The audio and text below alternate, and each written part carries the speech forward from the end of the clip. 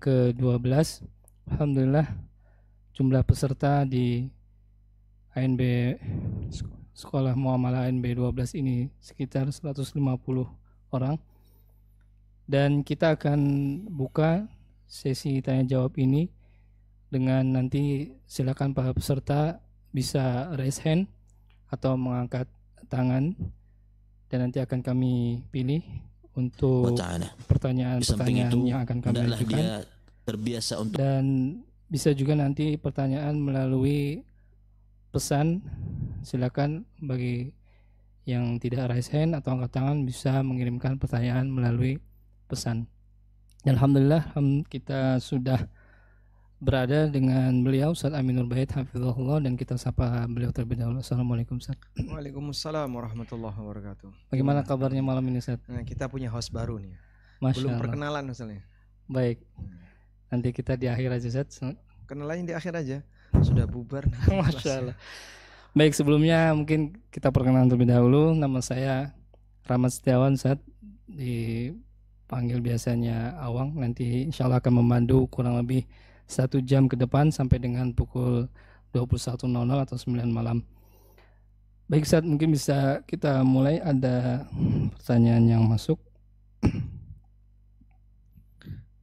Baik, dipersilahkan untuk yang resen teratas Ibu Tria Novianti. Silakan untuk Ibu. Ya. Assalamualaikum warahmatullahi wabarakatuh, Ustadz. Waalaikumsalam warahmatullahi wabarakatuh. Ya, silakan Bu. Saya penjual emas logam mulia, Ustadz. Jadi yang minggu lalu, sesi lalu saya juga bertanya masalah muamalah emas. Nah, sekarang saya juga bertanya agar lebih jelas. Yang pertanyaan saya kali ini adalah terkait dengan akad wakalah, Ustadz. Itu apakah pada saat akad wakalah itu pembeli itu transfernya ke penjual atau ke wakilnya, Ustadz, untuk transfer uangnya? Terus juga apakah akad wakalah itu sebagai wakil itu bisa ditunjuk sopir Grab oleh pembeli? Jadi misalkan pembeli mau beli, jadi dia pesan Grab sendiri, terus nanti mengambil barangnya dari saya penjual gitu. Apakah boleh seperti itu? Terus habis itu apakah misalkan kalau boleh itu apakah harus bilang ke sopir Grabnya bahwa nanti minta tolong dibelikan gitu emasnya gitu. Terus yang kedua pertanyaan saya juga terkait itu kan tadi sopir Grab, terus apakah juga bisa kalau pembeli dan penjual itu wakilnya itu berupa kurir JNT, kayak JNT pos, pokoknya yang ekspedisi gitu Pak Ustadz. Apakah jadi misalkan penjual sudah langsung bungkus, nanti begitu diserahkan langsung ditransfer. Terus pertanyaan selanjutnya juga, misalkan ada teman saya mau buyback jual antamnya ke saya, namun saat itu saya kan nggak ada uang untuk membeli karena barang saya belum laku lah Pak Ustadz. Jadi jadi akhirnya saya salurkan ke teman saya penjual yang lain. Nah, itu apakah saya boleh ambil untung dari situ, Ustadz? Jadi emasnya dititipkan saya dulu, terus untuk dijualkan ke teman saya. Namun saya apakah harus menyampaikan harga yang sebenarnya kalau mau ambil untung? Terima kasih, Ustadz. Baik, silakan Ustadz. Alhamdulillah wassalatu wassalamu ala rasulillah wa ala alihi wa sahbihi wa mawalah, wa ashhadu an la ilaha illallah wahdahu la syarikalah wa ashhadu anna muhammadan abduhu wa rasuluh sallallahu alaihi wa ala alihi wa sahbihi wa man tabi'al huda ila yaumiddin. Tadi disampaikan 3 pertanyaan berkaitan dengan transaksi emas. Yang pertama adalah bagaimana teknis wakalah untuk jual beli emas yang dimana penjual dan pembeli berada di posisi yang berbeda. Syarat mutlak bahwa transaksi emas itu legal secara syar'i adalah harus dilakukan yadan biyadin, dari tangan ke tangan. Dan inilah pendapat jamaahir ulama bahwa emas selamanya akan ditransaksikan dengan yadan biyadin, harus ditransaksikan dengan yadan biyadin, artinya selamanya adalah benda ribawi. Berikutnya, bagaimana teknis wakalah untuk bisa yadan biyadin? Yang perlu dipertanyakan adalah wakalah di sini atau mewakilkan. Di sini mewakilkan untuk apa?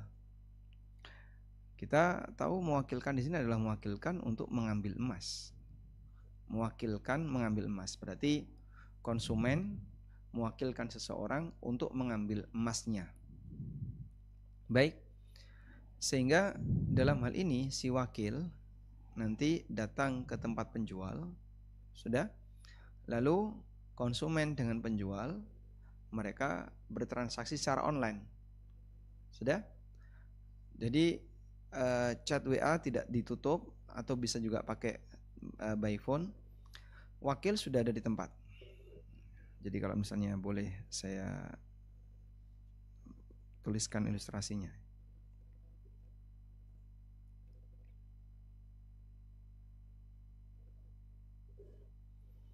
Ini misalnya A, ini B, ada di dua kota yang berbeda. Ini ada di Surabaya, yang ini ada di Jogja misalnya ya. Kemudian A sebagai penjual, sedangkan B sebagai pembeli. Nah, lalu B mewakilkan C. C ini siapa? Kalau tadi Anda tanya, kurir boleh nggak? Supir Grab atau ekspedisi atau yang lainnya? Semuanya boleh. Karena masalah B mau nunjuk siapapun bebas. Sebab dalam masalah muamalah tidak ada ketentuan dia harus muslim dan dia harus apalagi misalnya dia harus orang yang baik. Misalnya kamu nggak kenal orang C ini siapa? Ya dia driver.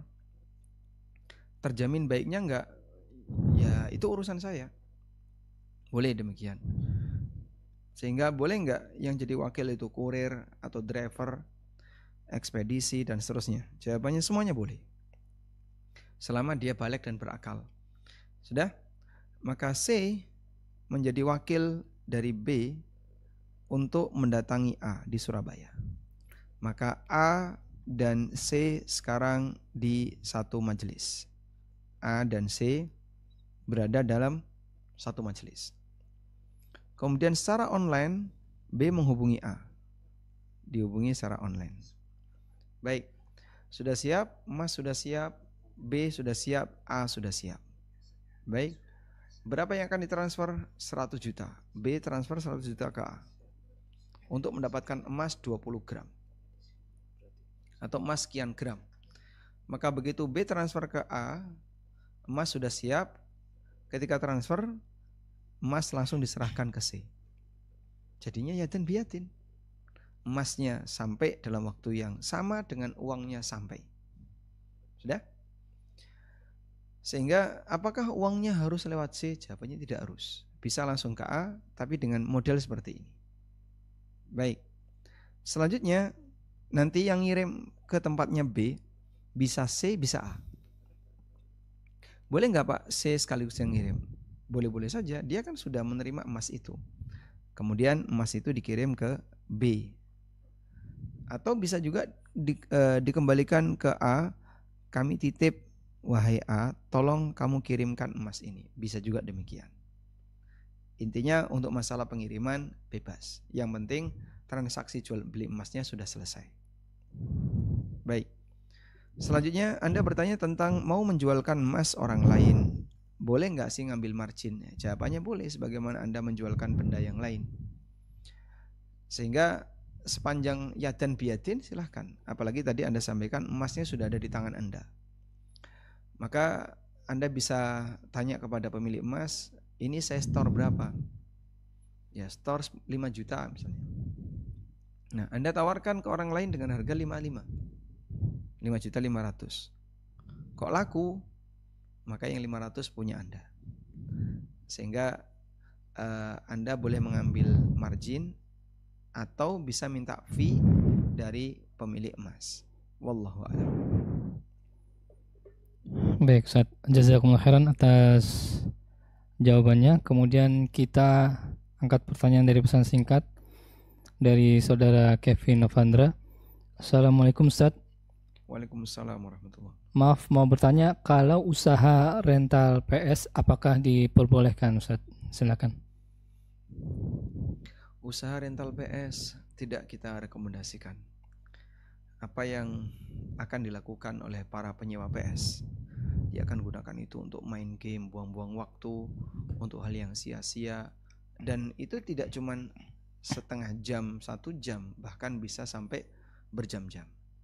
Sehingga kasihani para generasi muda bangsa ini yang mereka akan menjadi manusia sangat pemalas karena sudah dicekoi dengan yang namanya game PS. Ya, coba kita lihat kursi PS itu kan kursi malas ya, kan khusus tuh kursinya, bukan kayak bangku sekolah gitu. Tapi kursinya kursi orang bisa berleha-leha ya, duduknya duduk seperti itu, melambangkan kursi malas. Sehingga kami tidak merekomendasikan teman-teman kaum muslimin untuk melakukan mencari sumber pendapatan dengan menyewakan PS. Wallahu a'lam. Baik Ustaz, kita coba kembali angkat pertanyaan yang raise hand. Kita persilakan kepada Pak Hildan Amrizal untuk pertanyaannya. Silakan Pak. Baik, terima kasih atas kesempatannya. Assalamualaikum warahmatullahi wabarakatuh. Waalaikumsalam warahmatullahi wabarakatuh. Semoga Allah senantiasa melindungi Ustadz Ami, An Fikru, serta kita semuanya. Amin. Amin.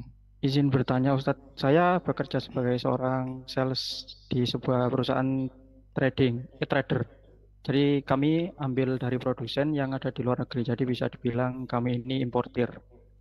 Nah, ada kalanya ada customer-customer yang biasanya baru itu pesan barang itu custom ke kami. Jadi kami tidak sedia stok seperti itu Ustadz. Terus mentok-mentok mereka itu mungkin hanya kirim PO saja atau maksimal bayarnya itu DP, tidak bisa ada yang langsung full seperti itu Ustadz.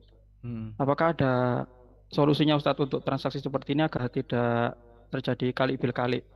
Dan apabila ada misalnya 1 bulan saya dapat transaksi seperti ini, apakah gaji saya pada di bulan tersebut itu haram Ustadz karena ada kegiatan yang tidak diperbolehkan? Jadi PO-nya lewat Bapak atau lewat yang lain? PO-nya lewat siapa? Jadi PO-nya dikirim dari customer, dikirim ke saya. Terus baru habis itu baru di forward ke produsen. Baik. Jika tempat Anda bekerja itu bukan produsen, berarti tidak boleh menerima PO dengan pembayaran. Misalnya DP dulu, padahal kan bukan produsen, hanya trader. Kalau trader berarti tidak boleh seperti itu, karena nggak punya barang. Nah, terus Anda tanya solusinya gimana? Agar tidak terjadi kali bil kali. Kita ulang kali bil kali ya. Beberapa persyaratan di mana transaksi itu disebut kali bil kali. Kata kunci yang utama adalah penjual belum punya barang. Yang kedua, sudah dilakukan akad. Yang ketiga, pembayaran tidak tunai. Yang keempat, penjual bukan produsen.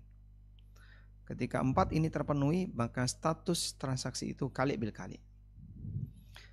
Sekarang ketika transaksi itu kali bil kali, ya tentu saja dilarang, haram, sebagaimana ijma yang disampaikan oleh para ulama. Namun transaksi ini kali bil kali apabila diulang, insya Allah tidak masalah. Sehingga kemarin kali bil kali sudah kita ulang, uang dikembalikan, barang dikembalikan, terus transaksi ulang, tidak masalah. Berikutnya, untuk kasus seperti yang Anda tanyakan tadi ya, bagaimana solusinya agar tidak kali bil kali? Jika dia PO barang custom, sementara kantor Anda tidak menyediakan itu, atau kantor Anda tidak memilikinya, maka saat dia bayar DP ini dijadikan sebagai titipan. Saya ulang, saat bayar DP, uang DP ini jadi titipan. Nah, ketika jadi titipan, maka belum pindah hak milik, sehingga tidak dipahami sebagai alat bayar. Tidak dipahami sebagai alat bayar, tapi hanya titipan. Nah, kalau sudah demikian, wallahu taala alam, yang kami sarankan Anda setelah memiliki barang itu bisa menghubungi yang bersangkutan, terus akad. Lalu akad, oke, deal, titipan tadi boleh dijadikan sebagai pembayaran pertama. Wallahu alam. Baik Ustaz, jazakumullah khairan atas jawabannya. Kemudian kita kembali angkat pertanyaan dari pesan yang masuk dari Saudara Akil. Ustadz, sebagai penjual bagaimana hukumnya menerima pembayaran menggunakan pay letter di marketplace? Misalnya saya jualan di Shopee, tapi pembeli membayar memakai atau menggunakan Shopee Pay Later. Apakah pembayarannya halal? Misalnya tidak ada pilihan untuk mematikan fitur tersebut, bagaimana Ustadz? Silakan Ustadz. Ya, jadi ini salah satu di antara di antara kekurangan ketika dia ikut jualan di tempat orang lain, ya berarti dia harus mengikuti aturan orang itu. Anda tidak bisa nyeting untuk tidak menggunakan pay letter, tapi kan ada dalam sistem mereka. Lah terus gimana? Ya sekiranya Anda menjual sesuatu kemudian dibayar dan Anda tidak tahu ini uang yang dipakai bayar dari mana, apakah uang kantong pribadi atau hasil utang. Kalaupun tidak tahu, insya Allah tidak masalah. Yang kedua, kalau tahu gimana? Ini ada konsumen pakai pay letter. Konsumen pakai pay letter. Sebenarnya transaksi ribanya bukan dengan Anda, tapi dengan pihak bank yang menyediakan pay letter tadi. Baik, nah, ketika Anda sudah merasa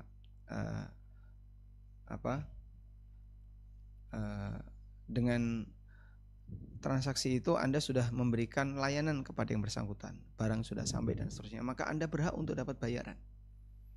Anda berhak untuk dapat bayaran terlepas dari bagaimana cara dia membayar. Saya ulang, ketika Anda sudah menjual barang, maka Anda berhak untuk mendapatkan bayaran terlepas bagaimana cara orang itu membayar. Sehingga misalnya dia membayarnya pakai pay letter, yaitu hak Anda bayaran itu. Tapi kan transaksi ribanya bukan dengan Anda, dengan penyedia tadi, dengan penyedia pay letter. Bisa dipahami ya? Jadi transaksi Anda sebagai penjual dengan konsumen itu jual beli, tapi pembeli bertransaksi utang piutang dengan pay letter. Dan yang ada ribanya adalah transaksi pembeli dengan pay letter. Wallahu a'lam. Semoga bisa dipahami. Baik, Masya Allah, jazakumullah khairan Ustaz atas jawabannya dari pertanyaan tersebut. Kita kembali angkat pertanyaan dari raise hand. Kita persilakan untuk Pak Taufik Hilmawan untuk menyampaikan pertanyaan. Silakan Pak. Bismillahirrahmanirrahim. Assalamualaikum warahmatullahi wabarakatuh. Waalaikumsalam warahmatullahi wabarakatuh. Semoga Allah Ta'ala senantiasa merahmati, meridhoi dan memberikan kesehatan kepada Ustadz Amin Nurbais dan keluarga, para kru yang bertugas, dan kita semua yang hadir di sini. Amin. Amin. Izin bertanya Ustadz, saya akuntan yang kemarin juga sudah bertanya. Kali ini pertanyaannya, apabila saya ditugaskan kepada klien yang kita mengetahui karena kita tugasnya mengaudit salah. Baik, jazakumullah khairan kepada Pak. Sudah disampaikan kemarin ya. Jadi intinya begini, kalau Bapak punya klien yang klien itu oleh pihak perusahaan untuk melakukan pinjaman ke bank, dalam arti ini bukti kalau perusahaan kita sehat misalnya, sehingga seolah-olah Anda bisa memberikan rekomendasi kepada bank, ya tentu saja di situ ada unsur ta'awun. Oleh karena itu dalam hal ini sebatas kerja membuat laporan keuangan, kemudian di situ ada aneka transaksi riba yang juga Anda masukkan dalam pembukuan, insya Allah tidak masalah. Dari apa yang tadi Anda sampaikan, insya Allah tidak masalah. Wallahu a'lam. Baik Ustaz, jazakumullah khairan atas jawabannya. Kemudian kita angkat kembali pertanyaan yang masuk melalui pesan. Kita bacakan pertanyaan dari Saudara Amanda. Assalamualaikum Ustaz. Waalaikumsalam. Saya punya usaha jual tanaman. Ada konsumen pesan beberapa tanaman buat taman atau proyek penghijauan. Karena kebutuhan tanaman yang banyak, saya butuh modal untuk mencarikan dan membelikan tanaman tersebut. Apakah boleh saya minta DP terlebih dahulu atau sebaiknya mekanismenya seperti apa? Silakan Ustaz. Baik, karena tanaman itu tidak bisa diproduksi ya. Anda tidak memproduksi tanaman ya. Apalagi tadi disampaikan Anda kulak mengambil dari tempat yang lain, maka tidak boleh minta DP dulu. Yang ada adalah pengadaan dulu. Kalaupun misalnya ada DP, misalnya Anda minta 30% atau 50%, nilai ini tidak boleh jadi pendapatan, tapi sifatnya titipan. Dia bukan uang pembayaran, tapi uang titipan. Lalu uang titipan itu Anda simpan, tidak boleh Anda pakai untuk kulaan, cuma nampung saja. Sudah?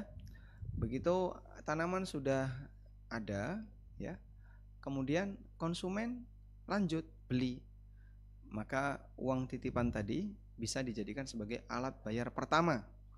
Saya ulang, uang titipan tadi bisa dijadikan sebagai alat bayar pertama. Maksudnya alat bayar pertama gimana? Ya, sebelum dia melunasi kan Anda sudah megang uang 30% tadi, maka bisa langsung dijadikan sebagai alat bayar. Baik, berarti kurangnya 70%. Wallahu a'lam. Baik, insyaallah mudah-mudahan cukup jelas apa yang disampaikan Ustaz. Kita kembali angkat pertanyaan dari raise hand. Kita persilakan untuk Saudara Yasir Arafat. Baik, silakan Pak Yasir, bisa langsung menyampaikan pertanyaan kepada Ustaz. Bismillahirrahmanirrahim. Assalamualaikum warahmatullahi wabarakatuh. Waalaikumsalam warahmatullahi wabarakatuh. Ya, izin bertanya, Tat. Kasusnya seperti ini. Si A dan si B melakukan kerjasama. Si A sebagai pemodal dan si B sebagai pengelola. Sharing dibagi per bulan. Terus ada pengembalian modal 10% dari modal yang di store, Ustaz. Bolehkah perjanjian seperti ini? Kemudian selanjutnya, jika pemodal mengambil dana dengan alasan dipinjam, Ustaz, ketika kerjasama sudah berjalan tapi tidak dikembalikan, bolehkah dianggap berarti perjanjian tersebut batal? Jazakallah khair. Jadi saya pastikan lagi ya, pembagian hasilnya 10% dari modal. Enggak, itu pengembalian modal, Ustaz. Pengembalian modal, bukan. Iya, di akhir tahun. Kalau sharingnya itu 20%, Ustaz, masing-masing. 20% masing-masing. Dari revenue, dari keuntungan. Dari keuntungan per bulan, ya. 20% untuk 5 orang berarti? Enggak, Ustaz, berdua aja. 20% untuk pemodal, 20% untuk pengelola, sisanya 40% itu 60%.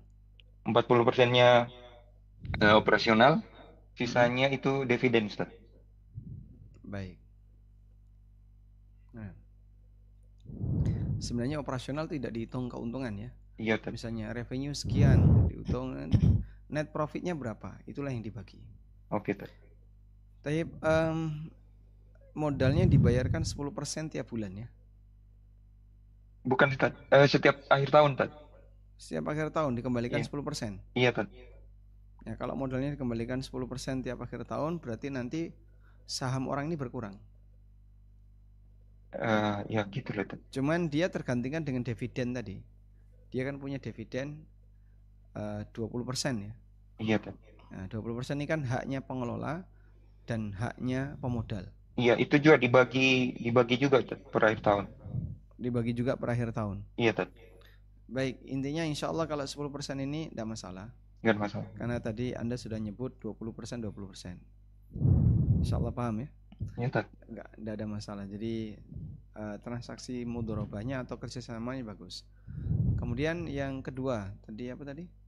Ya, si pemodal minjam dana yang sebanyak modal yang di store. Baik, kalau si pemodal minjam dana sebanyak modal yang di store, tapi nggak dikembalikan dan tidak dikembalikan, berarti iya, sama dengan cabut modal. Oh, Tad. Berarti perjanjian batal ya, Tad? Ya, dia sudah tidak lagi punya saham di situ. Nanti nggak dapat bagi hasil. Bagi hasil udah nggak dapat, Tad, ya?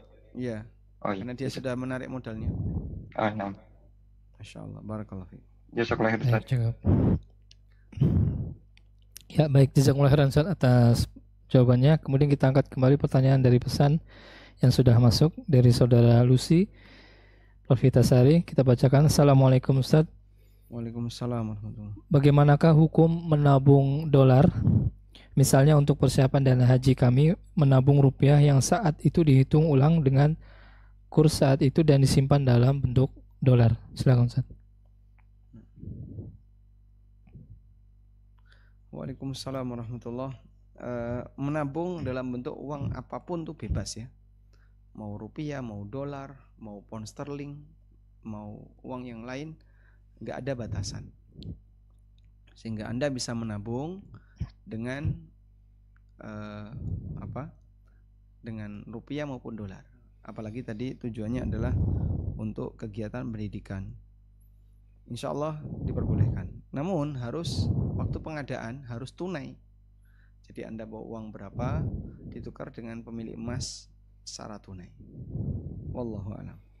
Baik, jazakumullah khairan Ustaz atas jawabannya. Kita kembali angkat pertanyaan dari pesan singkat terlebih dahulu atau pesannya masuk dari saudara M. Samsudin Sidik. Assalamualaikum Ustaz.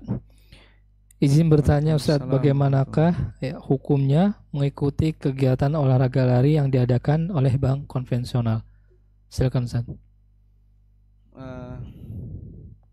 Kami sarankan ini kurang rekomendasi ya.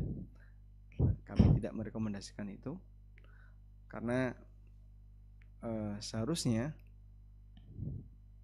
di sini kan Anda tanya tentang ini digunakan oleh bank konvensional atau lomba lari diadakan oleh bank konvensional. Berarti nanti ikut serta dalam memeriahkan sponsor bank tersebut karena kan pasti diarak bank tersebut. Terus ada kita di belakang yang berlari dan seterusnya. Ya, kita tidak merekomendasikan karena penyelenggaranya orangnya atau hadiahnya bermasalah. Wallahu a'lam.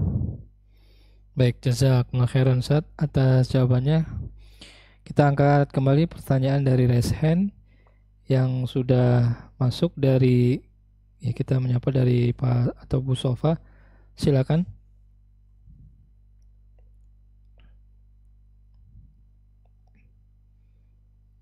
Ya, silakan kepada penanya Bu Sofa. Assalamualaikum warahmatullahi wabarakatuh. Waalaikumsalam warahmatullahi wabarakatuh. Ya, ada dua hal yang ingin saya tanyakan Ustadz. Pertama, dalam materi ke-7 tentang syarat jual beli, bahwa objek transaksi itu kan ada 3, diantaranya barang yang dimanfaatkan untuk sesuatu yang mubah boleh dijual ke siapapun, kecuali pada satu keadaan di mana dimanfaatkan untuk mendukung kegiatan maksiat. Yang ingin saya tanyakan itu makna dari mendukung kegiatan maksiat itu seperti apa? Misal, saya menerima pesanan kue untuk ulang tahun. Saya menerima pesanan dari gereja. Apakah itu termasuk ke dalam definisi kegiatan maksiat tadi?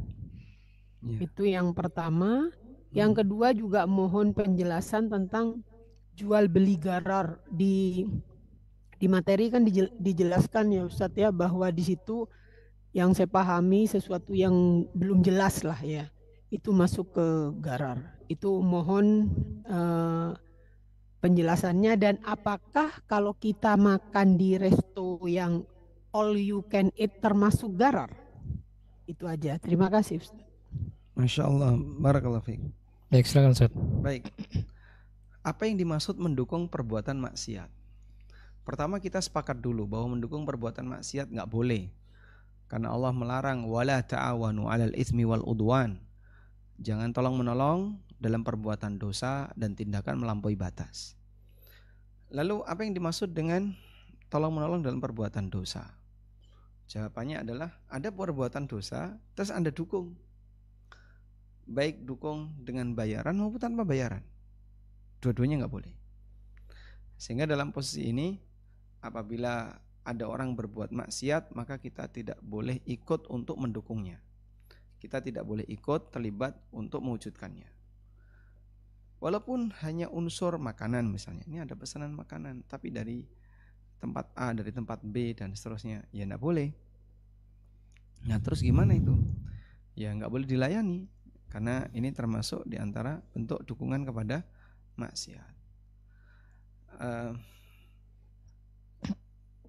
Sehingga kalau kita pingin ya harta yang kita dapatkan itu barokah, ya jangan Anda layani acara-acara yang isinya maksiat seperti itu.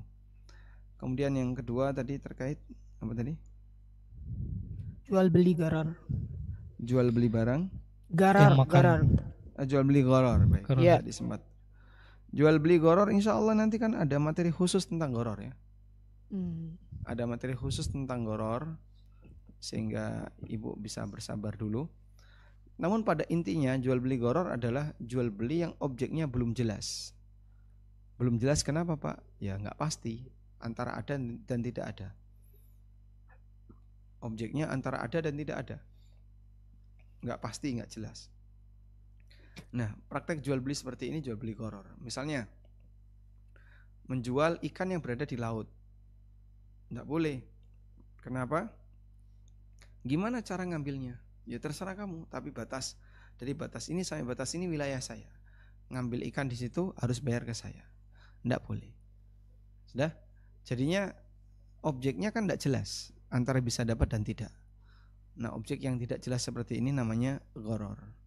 Wallahu a'lam. Kalau Nanti yang insya Allah akan ada penjelasan. Kalau all you can eat itu termasuk nggak Ustaz? All you can eat?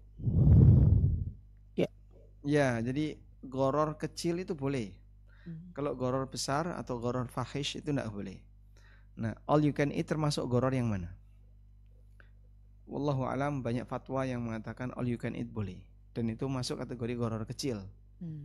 Sehingga insya Allah tidak masalah orang ikut bergabung dalam kegiatan makan dengan bayar 100.000 untuk semuanya.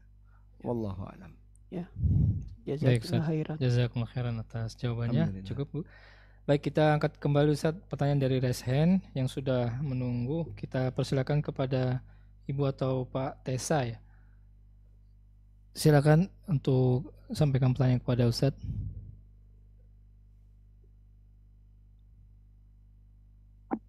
Bismillahirrahmanirrahim. Ustaz, izin bertanya. Untuk pakaian thrift itu kan seringkali jualannya balan ya Ustaz. Jadi satu karung isi macam-macam pakaian. Dan kita nggak bisa menentukan apakah pakaian itu model yang kayak gimana dan berapa jumlahnya. Apakah kita termasuk goror kecil apa goror besar barang thrift kayak gitu. Yang kedua, itu kan barang thrift itu kan dari umumnya dari luar negeri yang ya kalau pakai kayak pemahaman umum orang luar negeri banyak yang nggak paham fikih toharoh ya Ustaz. Nah bagaimana jika apakah kita perlu mengasumsikan ini termasuk pakaian yang pakai sebagaimana orang luar negeri yang tidak menggunakan toharoh, ataukah kita anggap saja ini suci karena kita tidak punya data kuat yang asli apakah pakaian itu kena najis atau enggaknya gitu. Jazakallahu khairan Ustaz. Baik, untuk yang kedua dulu ya. Itu nanti jadi bahan was-was setan kalau seperti itu dituruti. Beli sarung misalnya, penjualnya non muslim. Atau beli apa, penjualnya non muslim. Beli makanan, penjualnya non muslim gimana? Itu bisa lebih parah lagi karena masuk badan. Ya. Sehingga intinya dalam hal ini kalau untuk urusan muamalah ya sah-sah saja ketika kita membatasi diri dengan hanya muslim saja, meskipun tidak dilarang untuk melibatkan non muslim ikut bergabung. Wallahu a'lam. Termasuk juga pakaian tadi, urusan saya beli pakaian dari non muslim, ya sudah, tidak ada masalah, sehingga nggak perlu dicuci, kecuali kalau misalnya bau kainnya Pak nggak enak, silakan Anda cuci. Dicuci itu dalam rangka untuk penyesuaian biar tidak terlalu menyegrak aromanya dan seterusnya. Wallahu a'lam. Baik, Ustaz. Kemudian yang pertama tadi apa? Lupa. Ya. Mengenai ini Ustaz, cara beli pakaian thrift itu biasanya Oh iya, baik. satu karung. Cara beli pakaian truk kan satu bal isinya pakaian ndak karuan. Jadi nggak boleh disampling, nggak boleh. Kalau nggak boleh disampling misalnya, ya itu masuk kategori goror dan nggak boleh praktek goror seperti itu. Wallahu alam. Baik, Ustaz. Jazakumullah khairan atas jawabannya. Tadi mungkin yang bertanya bukan saudara Tessa ya, atau nanti mungkin yang selanjutnya. Saudara Tessa mungkin sudah bersiap. Kita angkat dari yang resen. Silakan. Assalamualaikum warahmatullahi wabarakatuh. Oh, Bu Tessa. Baik. Waalaikumsalam Waalaikumsalam warahmatullahi wabarakatuh. Silakan, Bu. Semoga Ustadz dan seluruh tim dan rekan-rekan di sini selalu ada dalam lindungan Allah Azza wa Jalla. Amin. Ustadz izin bertanya langsung, kemarin ini Ana transaksi. Lalu yang mau Ana tanyakan, transaksi ini apakah termasuk kali bin kali, Ustadz? Jadi Ana beli buku anak tuh, Ustadz, ke penjual. Lalu penjual ini dia open pre-order ke luar negeri. Nah, yang Ana nggak tahu ini, dia kadang-kadang itu di luar negerinya bukunya ready stock atau belum dicetak gitu, tapi dia tidak menjelaskan. Nah, sudah beberapa kali Ana transaksi, lalu nanti sistemnya setelah buku sampai di Indonesia, baru dia buatkan invoice untuk pembeli, lalu ditujukan, lalu Ana baru bayar setelah bukunya ada di dia. Namun saat akad di awal, Ana menunjuk buku A, B, C, D itu kan sudah termasuk akad, Ustadz. Nah, apakah ini kali bin kali, dan kalaupun iya, apakah ada solusinya, Ustadz, agar sesuai syariat? Jadi Anda beli buku di luar negeri lewat seseorang gitu? Ya, ini jadi dia tuh penjual buku, Ustadz, tapi dia suka buka buku pre-order, Ustadz. Nah, buku pre-ordernya itu dia ngambil dari luar negeri. Namun yang Ana nggak tahu itu di luar negerinya apakah buku-buku ini ready stock atau belum cetak, Ustadz. Jadi kadang ada yang pre-order berbulan-bulan dia belum cetak gitu, Ustadz. Baik, jika demikian Anda tidak boleh bayar DP ke penjual tadi karena dia belum punya barangnya. Karena kalau dia belum punya barang kemudian menerima DP, sudah akad dan seterusnya, seperti kalik bil kalik yang sudah kita bahas. Ya, wa'ala kullin, intinya dalam hal ini kalaupun misalnya buku itu sudah ada di tangan dia, berarti baru boleh diakadkan dengan dia. Kalau buku sudah ada di tangan dia, karena berarti barang sudah sampai, dia sudah bisa melakukan akad. Wallahu alam. Nah, Ustadz, jazakallahu khair, Ustadz. Baik, Ustadz. Jazakumullah khairan. Kita angkat pertanyaan dari pesan yang sudah masuk dari saudara Muhammad Rafliansah. Assalamualaikum, Ustadz. Waalaikumsalam warahmatullahi. Saya pernah mendengar hadis tentang larangan tidak boleh dua akad dalam satu jual beli. Kasusnya begini, Ustadz. Saya mengambil barang dari sebuah toko dalam bentuk berhutang. Kemudian barangnya saya kemas, lalu barangnya saya titipkan di toko tersebut. Nanti keuntungannya itu dipotong dengan berapa hutang saya. Tapi tidak ada persyaratan bahwasanya saya harus menjual di toko tersebut. Apakah ini termasuk dalam larangan hadis tersebut, Ustadz? Baik.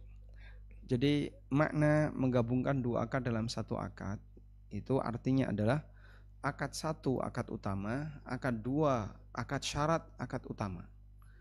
Saya mau melakukan ini jika kamu harus melakukan akad ini. Nah, itu yang tidak diperbolehkan.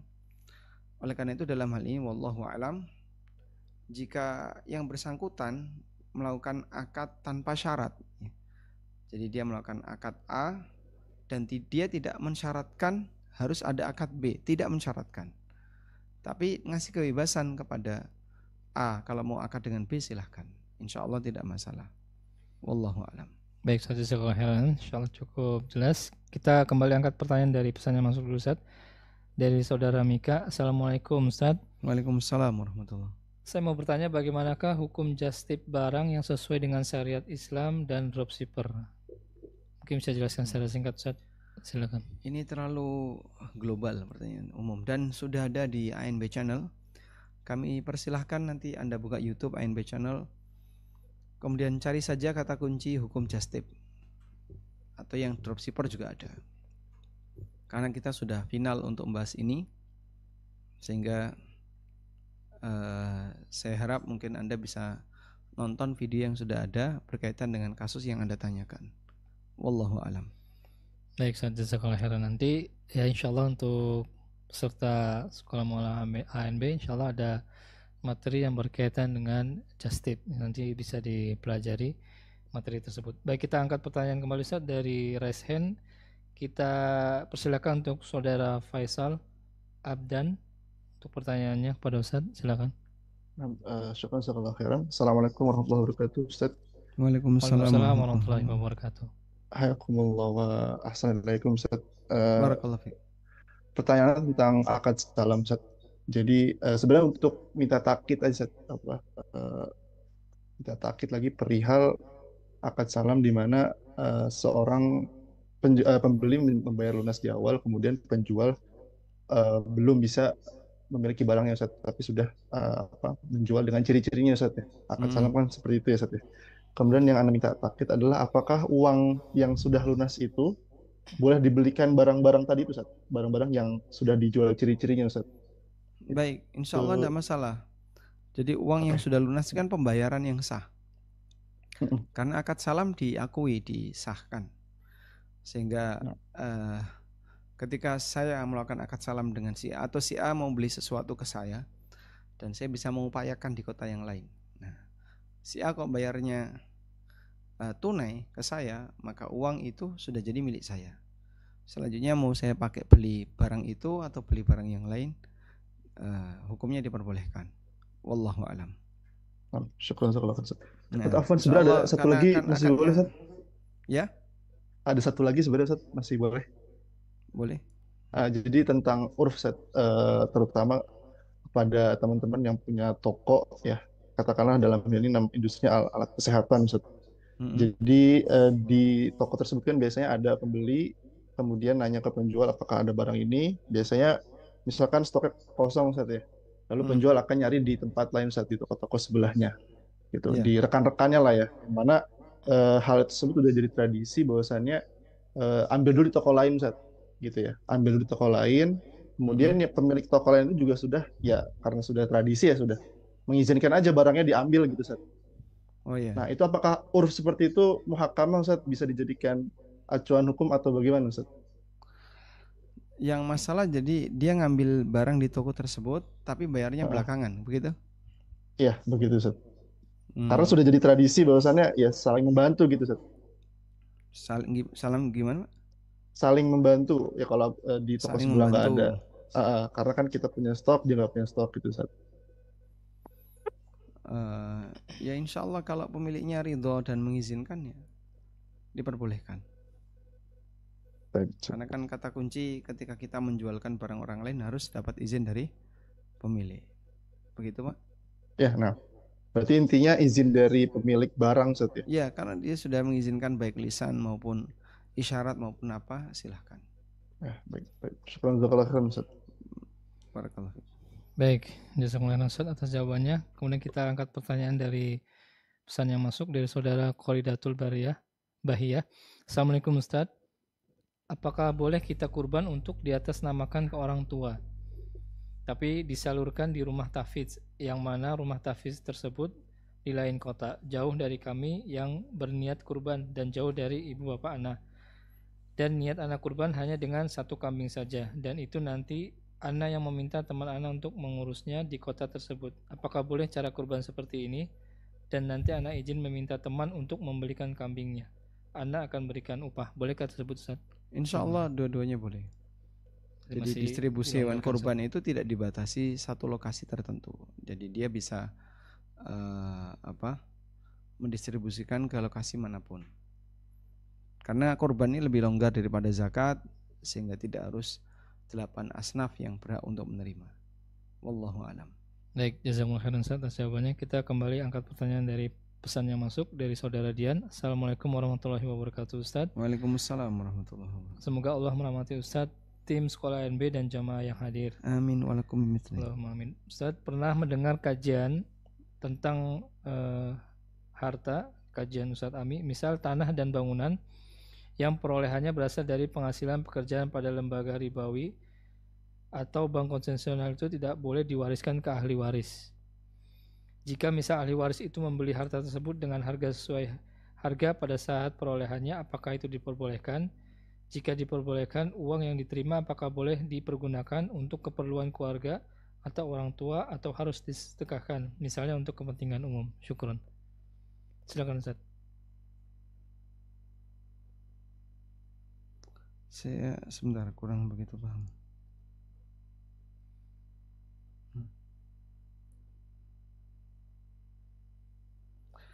Misal tanah dan bangunan yang diperolehnya berasal dari penghasilan pekerjaan.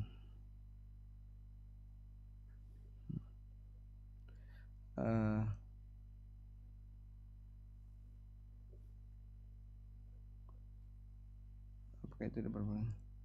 Saya kurang paham, ini ada kalimat, jika misal ahli waris itu membeli harta tersebut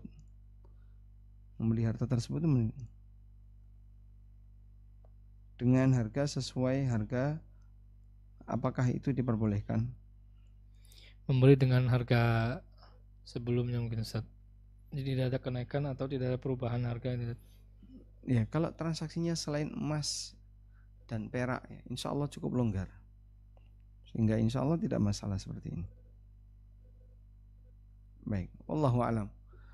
Saya agak kesulitan untuk memahami, tapi kalau pertanyaan yang Anda maksudkan adalah berkaitan dengan bagaimana status harta orang yang kerja di bank ribawi ketika dikasihkan ke orang lain. Wallahu a'lam, ulama dalam hal ini beda pendapatnya. Dan kesimpulannya insya Allah diperbolehkan dalam hal ini, karena seperti fatwa Ibnu Mas'ud radhiyallahu anhu, ada orang yang rentenir, dia memberikan hadiah kepada si A. Lalu si A tanya kepada Ibnu Mas'ud, boleh nggak diterima? Kemudian jawab Ibnu Mas'ud, lakal hanna wa alaihil ana, kau dapat hadiah dan dia yang nanggung dosa. Wallahu alam. Baik Ustaz, jazakallahu khairan atas jawabannya. Kemudian kita lanjut angkat pertanyaan yang masuk melalui raise hand. Kita persilakan Pak Prasetyo untuk menyampaikan pertanyaan kepada Ustaz. Silakan Pak. Assalamualaikum warahmatullahi wabarakatuh.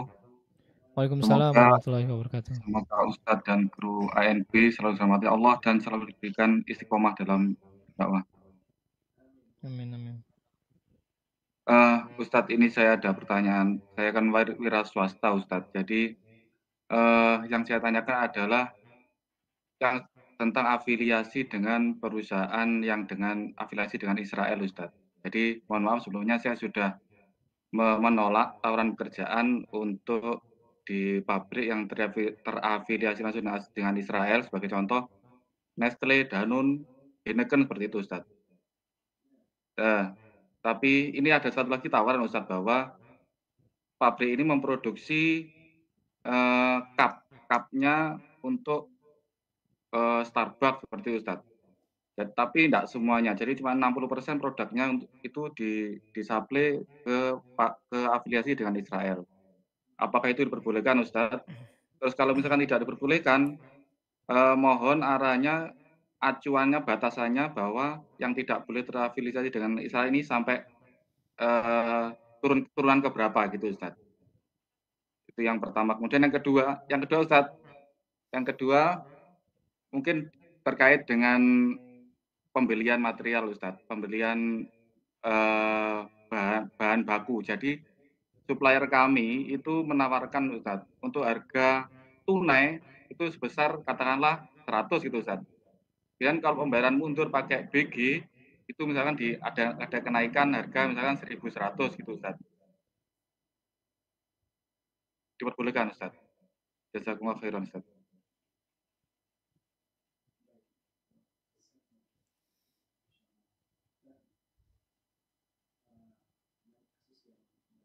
Bunyi ya.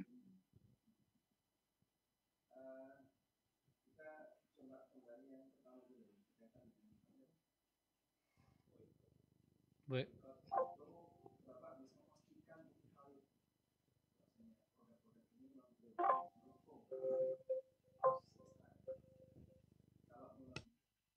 Dengar ya.